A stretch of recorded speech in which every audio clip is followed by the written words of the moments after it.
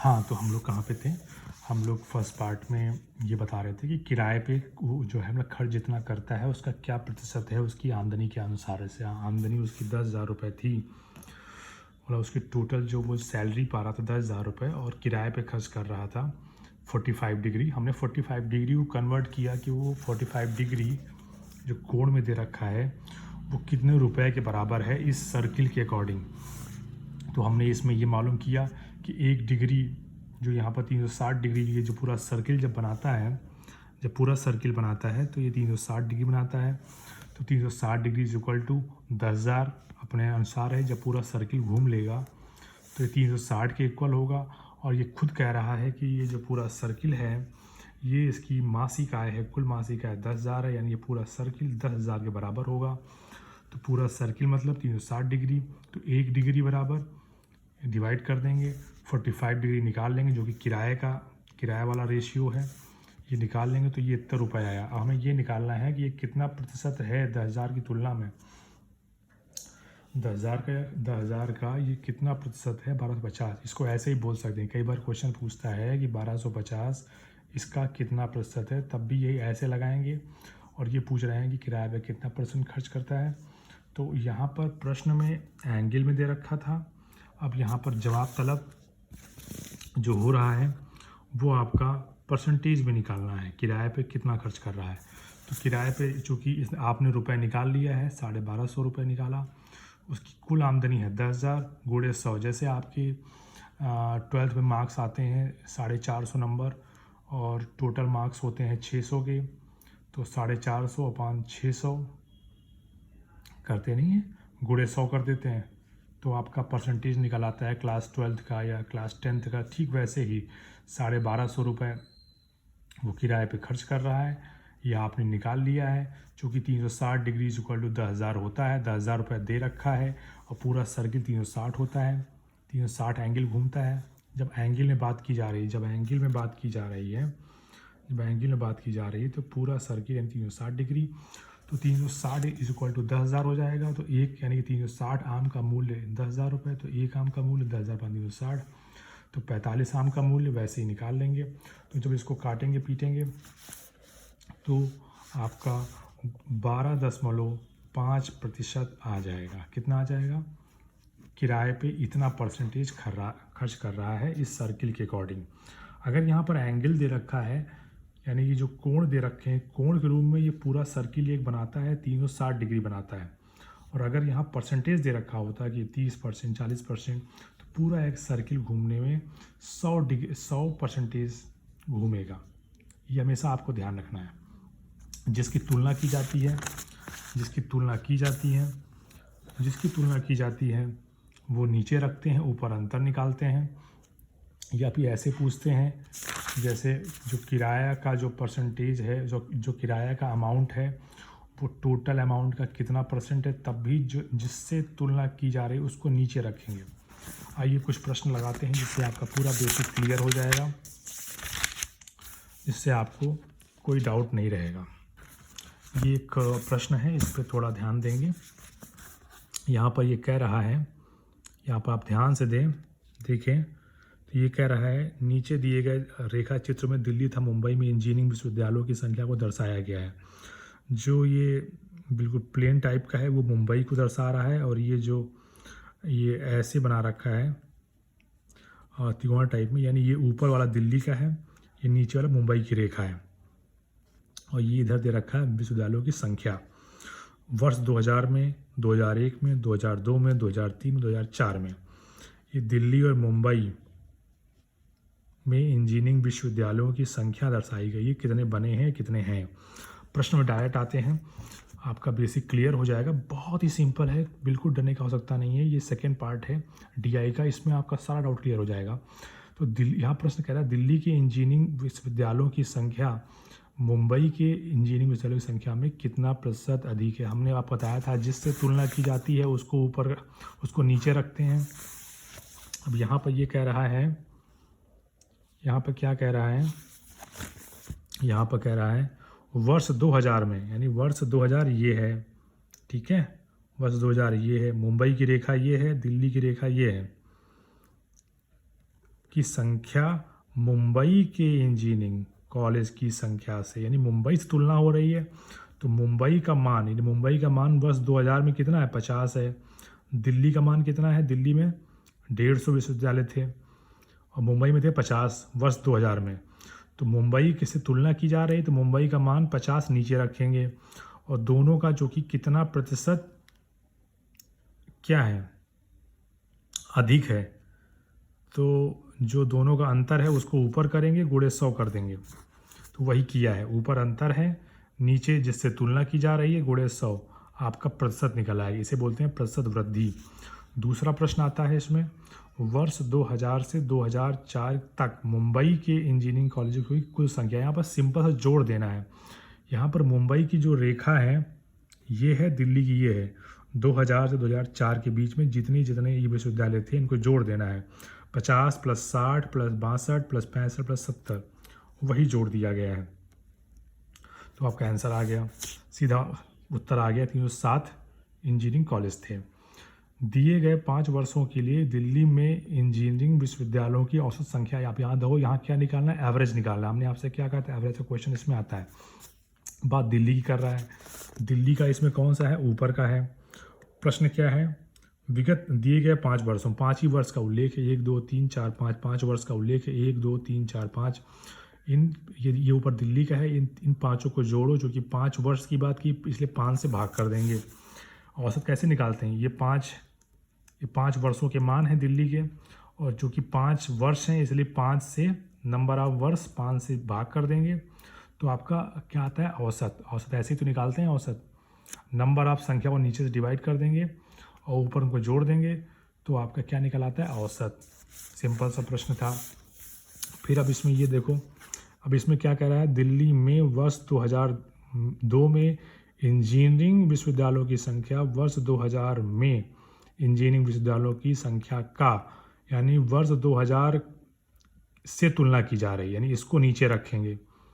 वर्ष 2000 में जो दिल्ली में, यानी दिल्ली यानी ऊपर में 2000 और 2000 से तुलना हो रही है। और ये कह रहा है कि 2002 में जो कॉलेज बने थे दिल्ली में, वो 2000 की तुलना में कितना प्रतिशत है। इसकी तुलना में 2000 की तुलना का मान नीचे रख। यहाँ पर वृद्धि नहीं निकालना है, सिर्फ परसेंटेज निकालना है। यहाँ पर अंतर नहीं निकालना है, वृद्धि या कमी नहीं निकालना है। यहाँ पर सिंपल सा है कि जो इतना बना था 2002 में, जो इतना बना था, ये इसका कितना परसेंटेज है। तो जिससे तुलना की है उसको नीचे रखेंगे, 2000 के मान नीचे रखेंगे। 2000 में था 150 को नीचे रखा, और 2002 में कितना था, 2002 में 180 था दिल्ली में, और गुणे 100 कर देते हैं।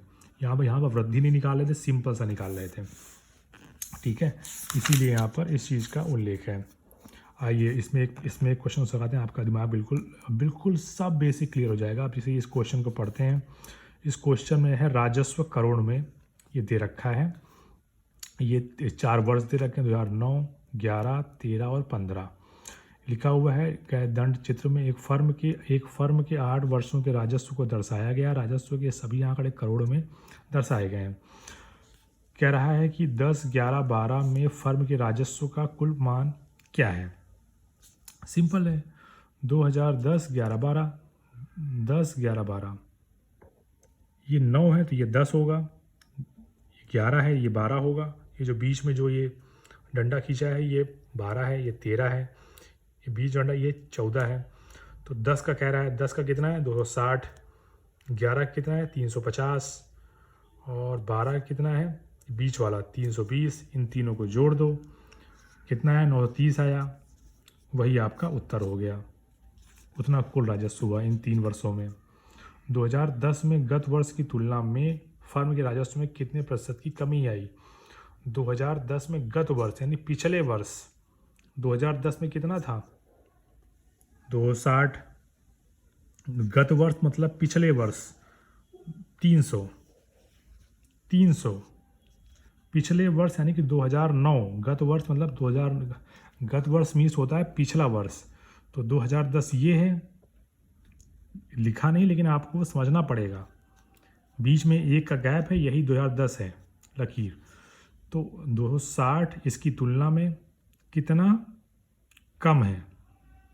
तुलना 9 से हो रही, 9 का मान नीचे होगा, 9 का मान 300 है। 2009 में 300 था, इसको नीचे कर दिया हमने। क्या, तुलना वाले को नीचे रखते हैं, ऊपर अंतर रहे, गुणे 100 कर देंगे। 300 माने 260, ठीक है, अपान 300 गुणे 100, तो उसको काटे पीटेंगे तो आपका 13.33% की कमी होगी।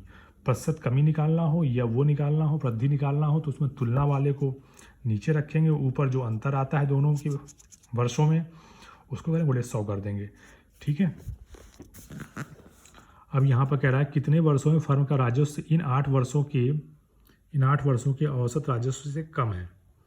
इन 8 वर्षों का आप औसत निकाल लीजिए। 2009 में 300, 10 में 260, 11 में 350, 12 में 320, इन सबको जोड़िए और चूंकि 8 वर्षों का है तो 8 से भाग कर दीजिए, यही औसत होता है। ऐसे ही औसत निकालते हैं, जितनी संख्या है उससे डिवाइड कर देते हैं 8 से। 8 वर्ष की बात की रहा तो 8 से भाग कर देंगे, औसत आ गया। अब इससे अधिक होना चाहिए, ऐसे कितने वर्षों में है राजस्व जो इनसे ज़्यादा हो, तो 260, सॉरी पूछ रहा है कम है, कितना कम है, से कम है तो इनसे कम कौन है, 260, इनसे कम कौन है, 260 कम है, 250 कम है, 240 कम है, 280 कम है। तो 4 वर्षों में ऐसा है जो औसत से, 8 के औसत से कम है। 4 ऐसे वर्ष हैं, ठीक, वो दिख रहे हैं, ठीक है। तो ये सिंपल सा आंसर हो गया, ठीक है। अच्छा, अब ये आते हैं पाई चार्ट में। पाई चार्ट में क्या है, यहाँ पर एक ये दे रखा है कि लोगों की कुल संख्या कितनी है, 20,000 है। विभिन्न व्यवसायों का प्रतिशत दर्शाया गया है। पाई चार्ट का ध्यानपूर्वक अध्ययन कीजिए तथा 31 से 34% का उत्तर दीजिए, ठीक है। तो यहाँ पर 20,000 दे रखा है, ठीक है। अब ये 20,000 में ये जो टोटल लोग हैं वो 20,000 हैं, जिसमें से कृषि में है 33 पॉइंट ये। तो ये कह रहा है व्यापार की तुलना में सेवा में सम्मिलित लोगों का संख्या कितनी है। क्या पूछ रहा है, व्यापार की तुलना कितनी है, 6.70%, है ना। व्यापार की संख्या कितनी है, तो ये कह रहा है व्यापार की तुलना में सेवा में संलग्न लोगों की संख्या कितनी है।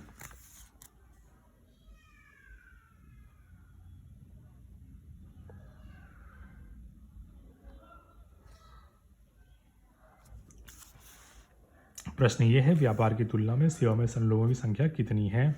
व्यापार की तुलना में सेवा और व्यापार कुल लोगों की संख्या है 20,000। सेवा और जो व्यापार का जो प्रतिशत है, सेवा में है 20%, व्यापार में है 6.70, तो इनका अंतर कितना हुआ, तो बस वही बात हो गई। जैसे 20 माइनस 6.70, जितना भी आएगा 20 को घटा लो, 10 में से 7 गए 3, 9 में से 6 गए 3, 13, ठीक है। अब यहाँ पर हम ये जानते हैं कि पूरा एक सर्किल जब परसेंटेज में दे रखा है तो 100% बराबर कुल संख्या कितनी दे रखी है, टोटल संख्या की 20,000, तो इसको 20,000 मान लेंगे। तो 1% बराबर 20,000 अपान 100, है ना। जो इनका अंतर आया था व्यापार और सेवा में जो अंतर है वो आया है 13.30% बराबर क्या हो जाएगा, 20,000 गुणे 100 गुणे 13.30%। वही चीज़ हो गई कि 100 आम का मूल्य इतना है, एक का इतना, तो इतने का कितना होगा, वही चीज़ है। 100 आम का मूल्य 20,000 है तो एक आम का मूल्य इतना, तो 13.30, यानी व्यापार और सेवा का जो अंतर है वो उसमें कितने लोग आ रहे हैं ये निकालना है। परसेंटेज में दे रखा है तो परसेंटेज में जब दे रखा होता है तो टोटल यानी कि 100% होता है, ठीक है। अब यहाँ पर ये कह रहा है कि सेवा में संलिप्त लोगों और उद्योग में से लोगों का अनुपात क्या है। यहाँ पर ये परसेंटेज दे रखे हैं, इसको मत निकालिए, सीधा संनिप्त लोगों, सेवा और उद्योग का आप जो है डायरेक्ट अनुपात निकालें। सेवा और उद्योग, सेवा में कितना है 20% और उद्योग में है 30%। डायरेक्ट निकाल लो, काट पीट लो, 2:3। ये संख्या निकालने की आवश्यकता नहीं, ये आपका लंबा हो जाएगा, वो जरूरत नहीं। डायरेक्ट आप निकालिए। डायग्राम में दे रखा है 20% सेवा, 30% उद्योग। 20% सेवा, 30% उद्योग। डायरेक्ट काटिए और डायरेक्ट आपका अनुपात आ गया। ठीक है, फालतू में वो पहले आप 20% निकालोगे 20,000 का, वो करने की आवश्यकता नहीं है। संख्या नहीं बताइए, डायरेक्ट आप काट पीट लीजिए, आपका उत्तर आ जाएगा। ठीक है, अब यहाँ पर ये कह रहा है दिए गए पाई चार्ट में सेवा में संलिप्त लोगों द्वारा बना त्रिज्य। सेवा में जो परसेंटेज है उसको कोण में चेंज करना है। किस में चेंज करना है? कोण में। ठीक है, हमने आपको सिखाया था जब हम सर्किल की बात करते हैं तो ये सर्किल में जब परसेंटेज में होता है तो ये बनाता है 100%, और ये जब ये कोण में दे रखा होता है तो ये बनाता है 360 डिग्री, पूरा एक सर्किल। तो 100% यानी इसको हम ऐसे लिखते हैं 100% बराबर 360 एंगल। तो 1 बराबर 360/100। और ये कह रहा है, प्रश्न में कह रहा है सेवा का परसेंटेज क्या है? 20%। यानी पूरा एक सर्किल था 100 बराबर 360 हम लिख सकते हैं। 1 बराबर 360/100। तो 20% जो सेवा का है यानी गुणे 20 कर देंगे, 20 पंचे 100। ठीक है, 5 से डिवाइड कर लेंगे 360 को, तो ये आपका आ जाएगा 72 एंगल, 72 कोण बनाएगा। यानी क्या आंसर बनाएगा? 72 कोण बनाएगा। ऑप्शन सी सही हो जाएगा। यानी पूरा एक सर्किल 100% होता है और यही जब इसकी एंगल में बात करेंगे तो ये 360 डिग्री घूमता है। तो वही 100 बराबर 360, तो 1 बराबर 360/100, यानी वही चीज़ हो गया कि 100 आम का मूल 360, तो 1 आम का मूल 360/100। इसलिए 20 सेवा का जो प्रतिशत दे रखा है वो 20% है। और यहाँ पर जो निकालना है वो एंगल में निकालना है। कितने अंश? मतलब एंगल में निकालना है। उत्तर एंगल में, तो एंगल ऐसे निकालेंगे। एंगल के लिए तरीका यही है, 100% = 360। ये होता ही है, पूरा एक सर्किल परसेंटेज में 100 माना जाता है, एंगल में 360 डिग्री घूमता है, तो उसी को इक्वल कर लो। इसको समझने के लिए 100 यानी कि 100 आम का मूल 360, तो 1 आम का मूल 360/100 गुणे और फिर 20 आम का गुणे 20 कर देते हो, तो उससे आगे 72 डिग्री आ जाता है। कितना आ जाएगा? 72 डिग्री आ जाएगा। तो यही मोटी मोटी चीज़ है। अब जैसे यहाँ पर जैसे ये एक प्रश्न दे रखा है, यहाँ पर परसेंटेज क्वेश्चन ये है, पाई चार्ट में देश में चावल, गेहूं, चीनी और चाय के उत्पादन का तुलनात्मक अध्ययन किया गया है। तो प्रश्न को आपको पढ़ के बताना है। प्रश्न ये है, ये चावल के उत्पादन है, चावल, गेहूं, चीनी और चाय का उत्पादन दे रखा है परसेंटेज में, सर्किल में, पाई चार्ट में।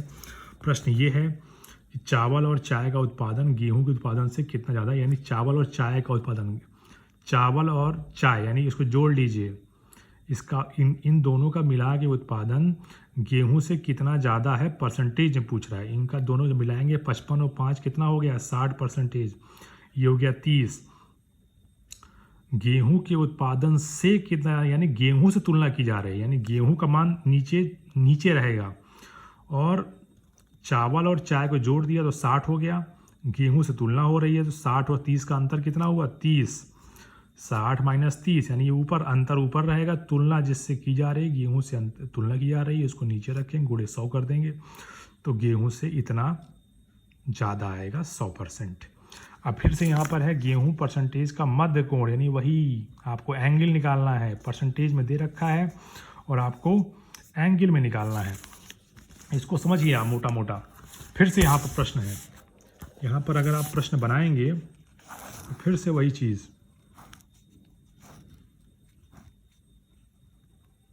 चीनी 10%, गेहूं 30%। हमने कहा था ये जो पूरा सर्किल जब परसेंटेज की बात करेंगे तो ये 100% बनाता है बराबर, और जब इसको एंगल यानी जब हमें कोण निकालना होता है तो ये 360 के बराबर होता है। ये हमेशा आपको पाई चार्ट में याद रख के चलना है। क्योंकि यहाँ पर गेहूं का जो प्रतिशत का मान है, जो गेहूं का 30% है, वो कितने कोहड़ के बराबर होगा। तो 100% बराबर 360, 1 बराबर 360 बटा 100, इसलिए 30 बराबर 360 बटा 100 गुणे 30। इसको आप जब काटे पीटेंगे, जब इसको आप काटे पीटेंगे तो आपका 108 डिग्री आएगा। कितना आएगा? 0 से 0 काट देंगे, 0 से 0 काट देंगे, और 3 गुणे 36, 3 18, 3 त्रिक 9 10, 108 डिग्री बनाएगा। यानी जो ये गेहूं का जो ये 30% है, जो ये गेहूं का 30% है, ये अगर इसको आप अगर एंगल में कन्वर्ट करेंगे सर्किल में, तो ये 108 डिग्री का कोण बनाता है। इसको ऐसे निकाल, जब भी कोण निकालना हो तो इसको बराबर कर देते हैं। इसको समझते हैं ऐसे, जैसे कि 100 आम का मूल्य 360 है, तो 1 आम का मूल्य 360 बटा 100, इसलिए 30 आम का मूल्य 360 बटा 100 गुणे 30। तो आपका ये यहाँ पर निकल आता है 108 डिग्री, यानी गेहूं का प्रतिशत 108 डिग्री है। यही बेसिक आपका प्रश्न है। इसी तरह से आपको प्रश्न लगाने होते हैं। इन्हीं का या तो आपका अनुपात पूछता है, जैसे यहाँ पर पूछ रहा है कि गेहूं और चीनी के कुल उत्पादन तथा चावल तथा चाय के उत्पादन का अंतर का अनुपात कितना है। गेहूं एवं चीनी का कुल उत्पादन कितना है? गेहूं और चीनी 30 + 10, ठीक है। चावल एंड चाय कहाँ है? चावल एंड चाय, इसका अंतर ये कह रहा है कि गेहूं और चीनी के कुल उत्पादन, यानी गेहूं और चीनी को जोड़ दो, और कह रहा है चावल और चाय का अंतर 55 ये है, 5 ये है चाय, इसका अंतर कितना है? 50, और इन दोनों का अनुपात निकालना है, यानी बटे में कर दो। गेहूं और चीनी कितना है? गेहूं और चीनी का कुल 30 + 10 40, और अनुपात मतलब 30 + 10 अनुपात, यानी बटा, अनुपात मतलब होता है बटा। और चावल और चाय का अंतर का अनुपात, चावल और चाय कितना है? चावल ये 55, ये 5 है, तो 55 - 5, इनका दोनों का अनुपात ये हो जाएगा 40, नीचे हो जाएगा 50, काट लो, 4:5, 4:5। बहुत सिंपल तरीका, और कुछ और इसमें कोई कॉन्सेप्ट नहीं है। आपका DI ख़त्म हुआ, ऐसे ही आपको निकालना है, डायग्राम देखना है, और आपको मतलब सिंपल सा आपको कर देना है। जैसे ये है, निरक्षर पुरुष और निरक्षर स्त्रियों के तदनुरूपी केंद्रीय कोणों का अंतर बताइए। वही मतलब है, कोणों का अंतर निकालिए, ठीक है। चाहे तो पहले आप पुरुष का निकाल लीजिए, निरक्षर पुरुष क्या है? 8%, वही बात, 100 बराबर आप 360 डिग्री होता है, 1 360 बटा 100, तो निरक्षर पुरुष कितना? 8, तो 8 ये पुरुष, ये इसका कोण निकल आएगा। वैसे ही निरक्षर स्त्री का निरक्षर स्त्री कितना? 12%, इसके लिए वही सेम कॉन्सेप्ट, 100 बराबर 360, तो 1 360 बटा 100 गुणे 12% का निकालना है। 100 आम का मूल्य 360, 1 आम का 360, और इनका अंतर निकालना है। अंतर निकाल दीजिए, तो जो इससे आएगा दोनों घटा दीजिएगा, तो ये आपका आ जाएगा 14.4 डिग्री आपका अंतर आ जाएगा। परसेंटेज में दे रखा था, उसको कोण में निकालना था, यहाँ पर दोनों का अंतर निकालना था। बस कॉन्सेप्ट वही है, बेसिक कॉन्सेप्ट वही है, बाकी कुछ नहीं है। ये आपका बेसिक चैप्टर ख़त्म हुआ, और इसमें कुछ भी नहीं था, ठीक है। इसमें आपको डायग्राम देखने हैं, और जैसे इसमें कला, विज्ञान, वाणिज्य, विधि सब दे रखा है। ये जो सीधी लकीरें हैं ये कला का है, ये विज्ञान का टेढ़ी लकीरें, वाणिज्य का ये ऐसे लकीरें हैं, और ये विधि का लास्ट वाला है। ये वर्ष दे रखे हैं, ठीक है। इन्हीं पे बेस प्रश्न रहेगा। किस संख्याएं में विद्यार्थियों की संख्या में नियमित रूप से कमी हो रही है? उत्तर इसमें कला है। कला कैसे है? कला इसमें ऐसे है, ये देखिए, पहले इसकी ऊंचाई इतनी थी, फिर घट गई, यानी लगातार घट रही है। वही प्रश्न पूछ रहा है कि किस में लगातार घट रहा है, कमी हो रही है, यानी कला, ठीक है। वही चीज़ है प्रतिशत वृद्धि, जिससे तुलना की जाएगी उसको नीचे रखेंगे, ऊपर अंतर रहेगा, गुणे 100 रहेगा। वही चीज़ है अनुपात निकालना है। अनुपात निकालने के लिए वही चीज़ें हैं, कई बार बोल देगा कि कितना अनुपात है, सही बटे में लिख दीजिएगा, काट पीट लीजिएगा, 6.5 आ जाएगा, ठीक है। न्यूनतम रही, कह रहा है किस वर्ष में कला संकाय की विद्यार्थियों की संख्या न्यूनतम रही। इसमें आंसर है 92। देख लो भैया, 92 में सबसे कम है, सबसे ऊंची है कला। कला की बात कर रहा है। कला ये है, कला ये है, कला ये है। सबसे कम कला किसमें है? इसमें है, यानी इस वर्ष के दौरान कला सबसे कम है। यानी यही बेसिक चीज़ें हैं जो डीआई में आपको मालूम होनी चाहिए। बाकी आप डीआई सब लगा लीजिए, लगा लेंगे, प्रैक्टिस करिए। जो भी डाउट हो हमें आप बताइए, आप सॉल्व कर लें। डीआई का जो भी डर है हमने आपका सब खत्म कर दिया। डीआई अभी ख़त्म हो चुकी है। यही डीआई पे जो आपके कॉन्सेप्ट लगने हैं, ठीक है। Take care. अपना जो भी है, हमारा जो भी ये चैनल है उसको सब्सक्राइब करते रहिए, शेयर करते रहिए फ्रेंड्स के साथ, और हमारे वीडियोस से बाकायदा जो भी आपको अपडेट मिलता रहेगा उसके लिए बाकायदा हमारा चैनल सब्सक्राइब कर लीजिए, बेल बटन दबा लीजिए और अपडेट होते रहिए, ठीक है। Take care.